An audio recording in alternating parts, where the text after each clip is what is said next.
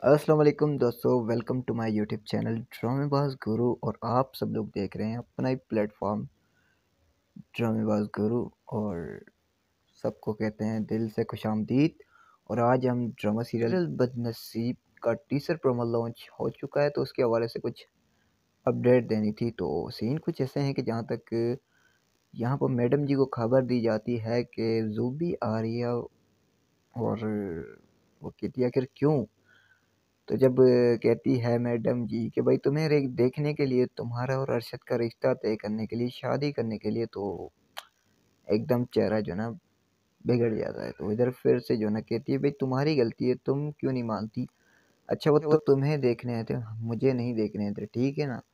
तो आप लोगों का क्या ख्याल है, आप दोस्तों का क्या ख्याल है इस छोटी सी अपडेट, छोटी सी राय के हवाले से। और अगर वीडियो चलेगी तो यार लाइक कमेंट शेयर करना भूलना। एक छोटी सी रिक्वेस्ट है यार, बड़ी मेहनत से वीडियो बनाते हैं, तो कम से कम चैनल को सब्सक्राइब ज़रूर करो और फेसबुक पेज को फॉलो ज़रूर करो। तो तब तक के लिए अल्लाह हाफिज़।